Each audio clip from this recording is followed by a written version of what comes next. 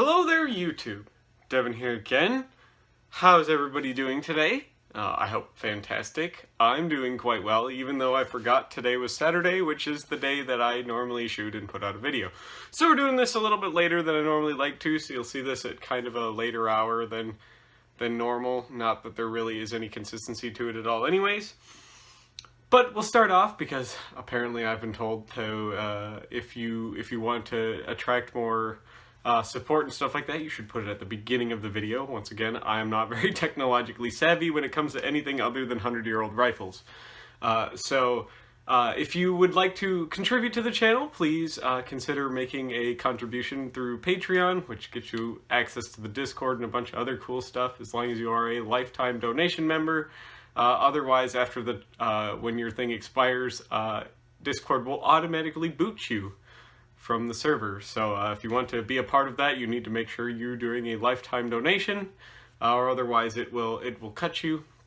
Any amount helps. Really goes. I'm this close to being able to get a new tripod, which, as you can see, this one is still off kilter, and it seems to get worse and worse and worse every time I use it.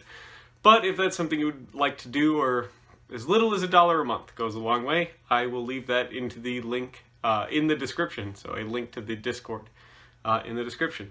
But without further ado now, not to the Discord, sorry, to the Patreon in the description.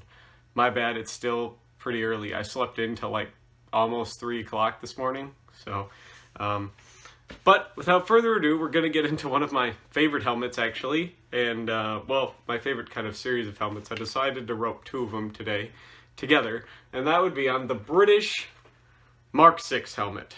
The British mk6 helmet is a Generation 1 composite helmet.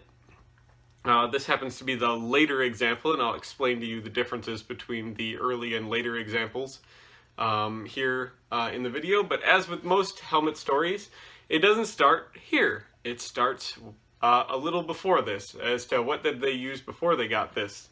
And that would be this right here. This is the Mark IV/5 turtle helmet, which is basically a World War II designed helmet that came out in 1943 that would just have, rather than a direct riveted liner, it would have a liner that was replaced with a lift the dot type press stud, so the liner could be removed very easily by basically undoing one snap. And this is it right here. It's basically an improvement on the Brody design. It has kind of this scrunchy sock type liner in it. You can find them with oilcloth liners as well, basically the same liners as the Mark II. Really the only difference between this and the Mark II is this kind of scrunchy wool type liner. As you can see, it still has the same kind of cross, the cruciform crown pad and stuff like that, and whatnot. You can find them in different colors. This one happens to be set up for Canadian type stuff. It has the two-tone net and a Korean War era bandage in it. So, elasticized chin strap, but you can find them with some other chin straps. I've seen them with Mark II chin straps put on them and stuff like that. They can be found in a bunch of different configurations. Obviously, the Mark IIIs are the most desirable because they were used during World War II. But this is a steel helmet that the British and Commonwealth forces would field up to basically the 80s, and in some cases a lot later. So you see in South Africa and India and stuff like that, that this is a helmet design that would be used much later than the British would be using it, actually. So the British would be using this until about 1986 with frontline troops. And in 1986, that is when this helmet would come out. Now, this is a helmet designed by the British firm NP Aerospace, which is basically a plastics company, and they would develop this helmet, and it's made out of a ballistic nylon and resin compound. And what that means is it's a bunch of layers of ballistic nylon and resin heat pressed together into the shell shape. And we'll get into the liner and some other stuff later in closer detail, but the shell itself came out, this helmet came out in 1986, and it wasn't super well liked right off the bat, especially with the armor and stuff of the day. This helmet had problems, as you can see. It has a very deep skirt. The skirt is entirely flat. Body armor at the time was very high collared, So when you would go prone and try to shoot, your body armor would push up on the back of the helmet and push it in front of your eyes, so you would not be able to see effectively where you were shooting. This helmet was also deemed to be very, very uncomfortable due to this kind of donut style, these very narrow straps and this donut style suspension, crown suspension at the top. It caused a lot of discomfort to soldiers without hair, and we'll explain how that got rectified here a little bit later in the video when we show the second model. So the Mark 6 would be fielded basically unchanged until about 2006, when you would see the Mark 6a come out. Now, the Mark 6a did not fully replace the Mark 6. The Mark 6a replaced the Mark 6 for frontline use. So this would be given to infantry personnel, stuff like that. People very up near the front lines would get the Mark 6a. You can see here that they are color-coded. Green would be a Mark 6, black would be a Mark 6a. So you could very easily tell them apart. There's other ways to tell them apart. They take the exact same chin strap, they take the exact same covers, and they take a whole bunch of basically the similar liner. But one thing they did change is, as you can see here, they switched to a mesh type crown pad, which vastly improved the comfort of the helmet. This one, the Mark 6As are all made out of ballistic nylon as well, and are much thicker than the Mark 6s. They realized that the Mark 6s were not quite offering the protection level they needed during, Desert Storm and the early portions of the invasion of Iraq. The Mark 6 was having a lot of issues. Soldiers were getting injured very easily by shrapnel and stuff. And it caused a bunch of really big problems that the British needed to solve. So as a stopgap, well, they basically were designing a new helmet. They really didn't have any other options other than buying stuff off the shelf, but there was nobody off the shelf that could supply enough. So all that they did was they added more layers of ballistic nylon and resin. So they made it just heavier and thicker, and that seemed to work as a stopgap. It's a pretty rare British helmet in the grand scheme of things. They're still out there, actually. You're not going to have too much trouble finding one if you really start looking. But they were basically made just as a stopgap until they could design what would become the Mark 7 helmet. And the Mark 7 helmet will get a video of its own, because that helmet has a very long and interesting history. But they take the Mark 6 and the Mark 6A, take the same exact liner. This is a hybrid liner. As you can see here, there is a hard foam impact liner and a suspension system within that. So this helmet is meant to, when it gets hit, the shell deforms. This kind of hardened foam impact liner absorbs a lot of that impact, and the suspension keeps your head away from the outside of the shell, so that way when that helmet does deform, it doesn't transfer that impact, the force of that impact into your skull, which can cause obviously a lot of huge and bad damage. So these helmets are adjustable for circumference here in the back via this little band that, as you can see, runs all the way to the rear of the helmet, and that just pulls this back portion of the liner forward, which makes it a little smaller.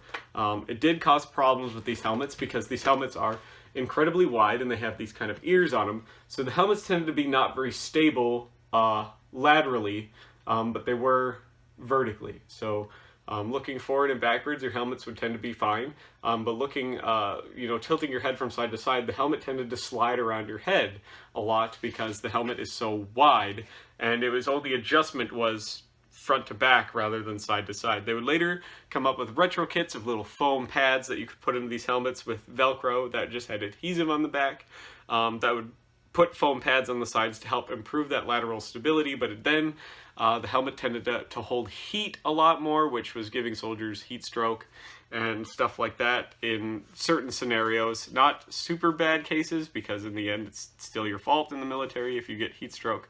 But it is something that they did have a problem with. They eventually, so if this helmet too, unlike with the ACH and other types of helmets, this helmet is not very easy to do maintenance on by yourself. You actually cannot repair this helmet in the field, which was a problem. Like the ACH and the PASGAT at the time, you could just get a new helmet liner, from Field Armor, undo 6 screws, drop in a new liner, and bam, you're good to go. You could do that very easily with tools that you were given basically as an everyday soldier, or basically a quarter or a coin or anything like that. You could undo these 6 screws and throw in a new liner. This helmet, you can't do that. You can replace the pads.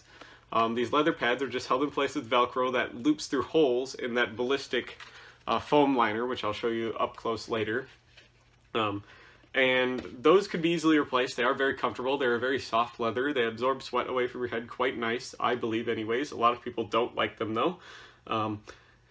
But this helmet is held in place, the liner is, via, there's Velcro here in the back, there's Velcro here in the front, big things on the inside of the shell that run between the shell and the ballistic foam liner. And then these 2 plugs. These helmets have horns, and the British would have these little horns on their helmets through the Mark 7. And what these are rubber plugs that are drilled through the shell, alright, and they hold the helmet in place. So they push through on the inside. So I don't know if you can see it here, but I'll show you later in the close-up. Yeah, we really can't see in this lighting, but in the close-up, there's these big rubber plugs, and they look as big rubber discs on the inside, and they push through these holes that they drill in the shell, and then they kind of cut them off so they're not as long.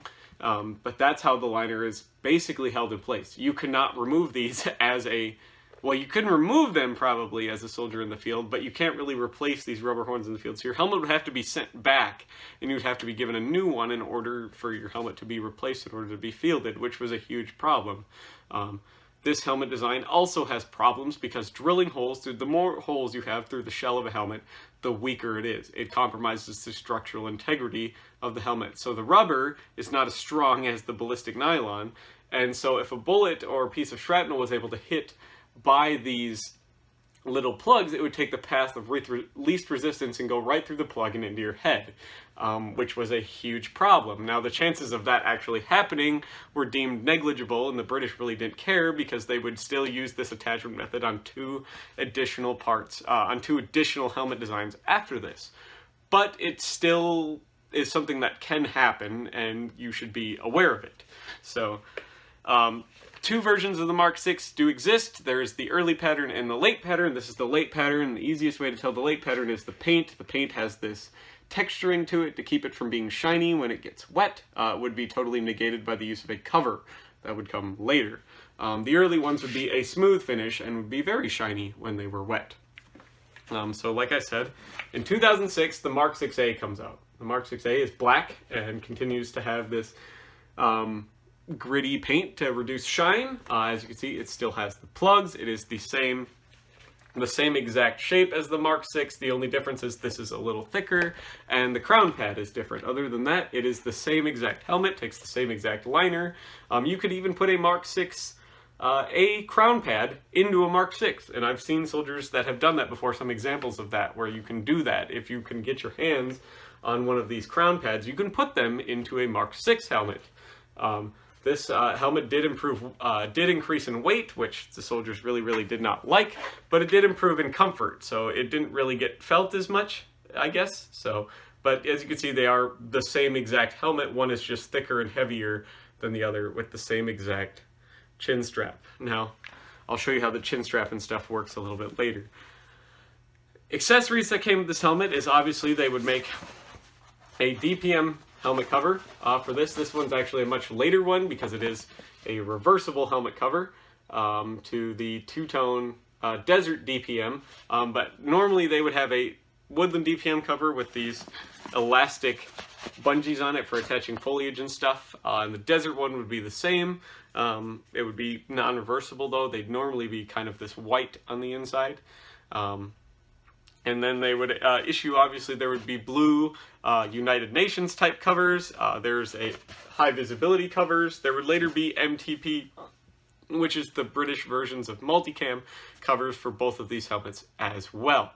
So we will wrap up this video here and move on to the next segment where I'm going to show you the inside, talk a little bit more about the history and when stuff changed, how long these were used, and then we'll come back and wrap up the video here in just a little bit. So I'll see you over there. Okay, here we have the Mark 6a on the left and the Mark 6 on the right.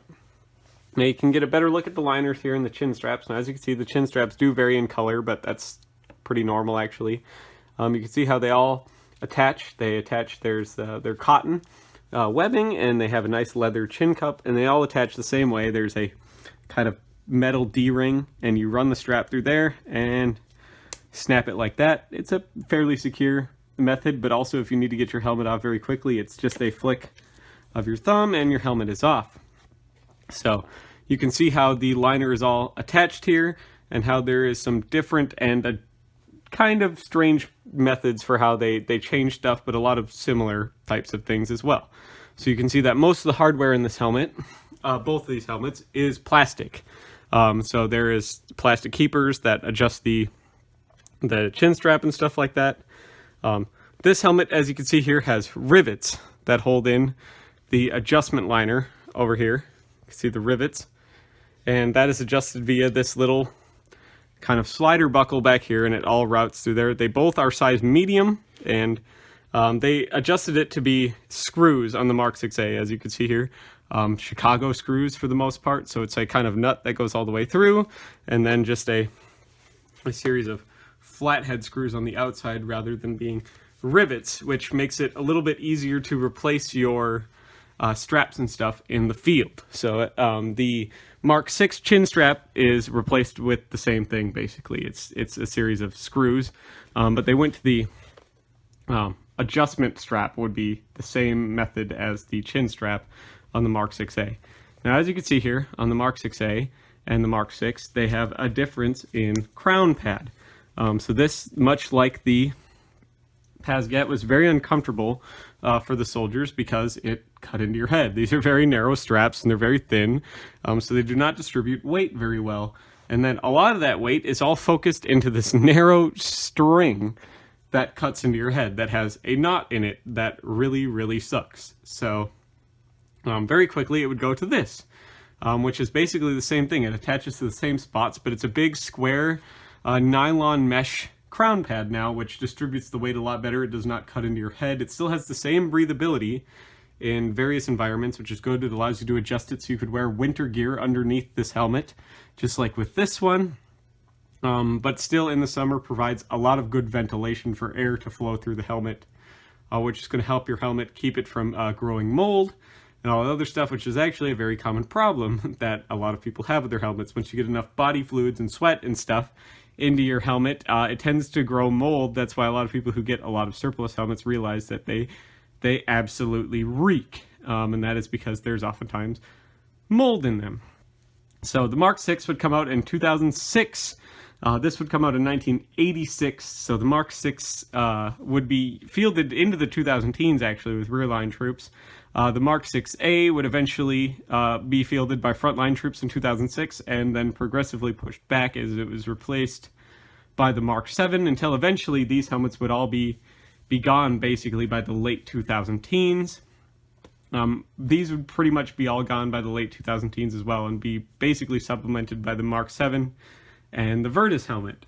So the way to tell what year your helmet was made and everything like that, it's the same for all the mk6s, mk6as, and mk7s, and that is there is a little fabric sticker back here. I'm trying to adjust it so you guys can see it, and it'll have the name, the number, the helmet, combat, which is the GSA mk6a. It would have the year it was made, the size, the NATO stock number, the serial number, which this one is 115, the batch number, the contract number, and the year of service, which is this one is 2008. So this one was really not issued. It doesn't have a name in it, but it would have been approved and sent over somewhere and probably never used, unfortunately. So that's why I got this mk6a in such good condition. My mk6 is, I think, a different story. I think that one has the guy's name and everything in it as well.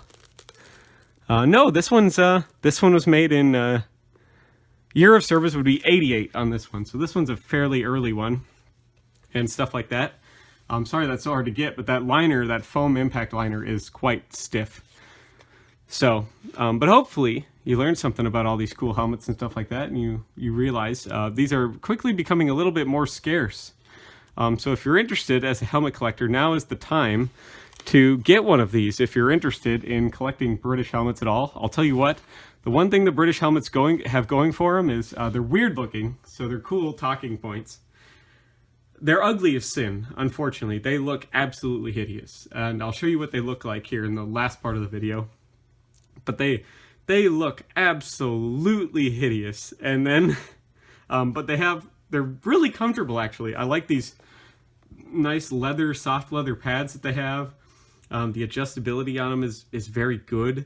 Most people fit into a size medium, but they make a size small, medium, large, and outsize, as it's called, which would basically be extra large.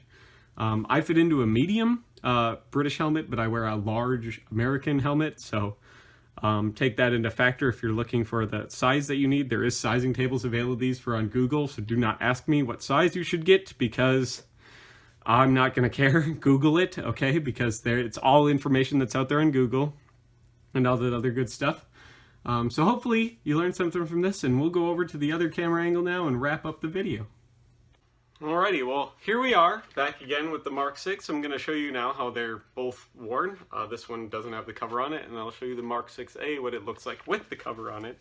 So I'm glad that these are already fitted to me, so I don't have to do that awkward adjustment phase, but...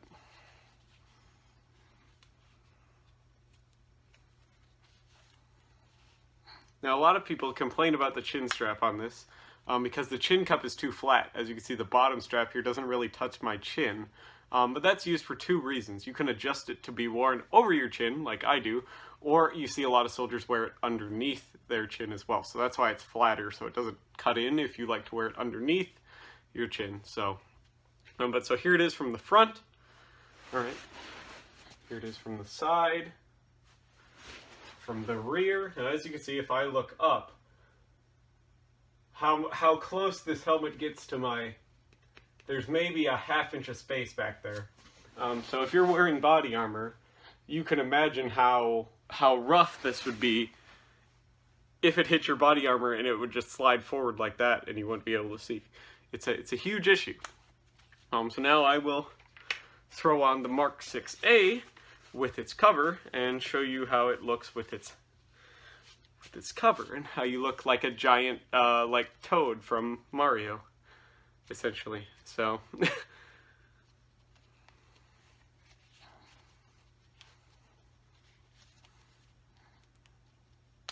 alrighty, and so here's how it would look like from the front, from the side, from the rear. And now once again, this helmet has the same exact problem. It is way too close to it's not relief cut enough to be used with body armor.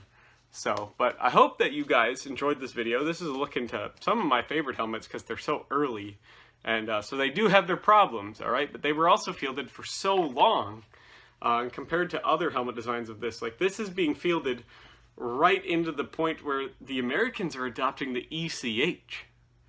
Alright, so this helmet is still in use in 2012 when the Americans adopted the ECH. This helmet. So that's something cool you don't really see with a lot of other helmets. It spans so many eras as a Gen 1 composite helmet, which is incredibly cool in my mind. And there's so many accessories and covers and everything you can do with them. And they're such an interesting design and such a weird shape. And they have like cool accessories like riot masks and like nape guards and tons of different camouflage covers and cool accessories and stuff for them, which I think is just absolutely fantastic, and I absolutely love that. So hopefully you enjoyed this video and you subscribe if you like this sort of thing.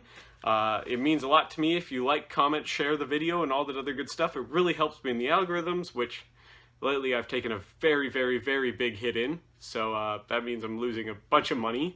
Well, not losing any money, but my money is really going down, my ad revenue, because of that, because YouTube, just for whatever reason, can do that. They could change the algorithms whenever they want. So but I appreciate all you guys stopping by, liking, commenting, supporting the channel, and all the other good stuff. We're growing at a decent rate. We're getting, if I could get to 3,000 subscribers by the end of the year, that'd be pretty sweet. We're at like 2,870 I believe. So right around there at the time of this video. So that means the world to me that you guys would all stop by and you watch my videos and you watch the ads and stuff. It really helps as far as supporting the channel goes, especially if you cannot afford to make a contribution through Patreon or something like that. But if you do, it means the world to me even more. The Patreon money all goes towards projects, buying parts for the different guns that I'm fixing to repairing to show on videos for you guys, buying helmet covers, buying accessories, buying new camera equipment as I need. I just about broke my tripod adjusting the camera just before shooting the segment,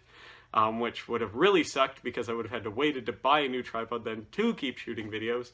But your Patreon money all goes towards stuff like that, and as well as ammo to make shooting videos and stuff. So thank you so much for stopping by. I appreciate all you guys, all 2,870 something of you guys that stop by to watch all of my stuff and watch all my videos and like, comment, and share, and especially to my Patreon members, all like 15 of you that there are. Thank you so much for stopping by, and hopefully I can see all of you lovely people here in the next video. Goodbye now.